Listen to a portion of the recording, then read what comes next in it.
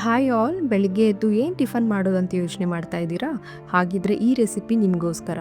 ತುಂಬ easy and ಸಿಂಪಲ್ಲಾಗಿ prepare ಮಾಡ್ಬೋದು ಈ ಗ್ರೀನ್ ಪೀಸ್ ಉಪ್ಮಾನ. ಹಾಗಿದ್ರೆ ಬನ್ನಿ ಹೇಗೆ ಮಾಡೋದು ಅಂತ ನೋಡೋಣ.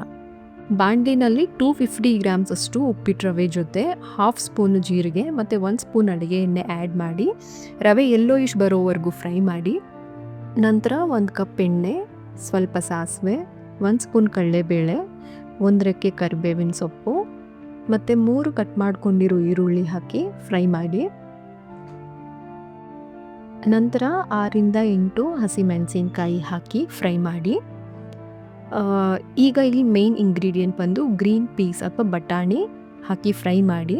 ಹಾಕಿದ್ರೆ ಕ್ಯಾರೆಟ್ ಮತ್ತು ಬೀನ್ಸ್ ಹಾಕ್ಕೋಬೋದು, ಬೇಡ ಅಂದರೆ ನೀವು ಸ್ಕಿಪ್ ಮಾಡ್ಕೋಬೋದು. ಅದನ್ನು ಚೆನ್ನಾಗಿ ಫ್ರೈ ಮಾಡಿ ರುಚಿಗೆ ತಕ್ಕಷ್ಟು ಉಪ್ಪು ಹಾಕಿ ಲಾಸ್ಟಲ್ಲಿ ಟೊಮೆಟೊ ಹಾಕಿ ಫ್ರೈ ಮಾಡಿ. ನಂತರ ಮೀಡಿಯಮ್ ಸೈಜ್ ಗ್ಲಾಸ್ನಲ್ಲಿ 3 ಗ್ಲಾಸ್ ನೀರು ಹಾಕಿ ತರಕಾರಿ ಬೇಯೋವರೆಗೂ ಲೆಡ್ ಕ್ಲೋಸ್ ಮಾಡಿ. ಬಟ್ ನೀರು ಹಾಕಿದ ಮೇಲೆ ಉಪ್ಪಾಗಿದೆಯೋ ಇಲ್ವಾ ಅಂತ ನೋಡೋದನ್ನು ಮರಿಬೇಡಿ. ಸೊ ಒಂದು 10 ನಿಮಿಷ ಬಿಟ್ಟು ತರಕಾರಿ ಬೆಂದಿದೆಯಾ ಅಂತ ನೋಡಿ. ಬೆಂದಿದ್ರೆ ಕೊತ್ತಂಬರಿ ಸೊಪ್ಪು ಹಾಕಿ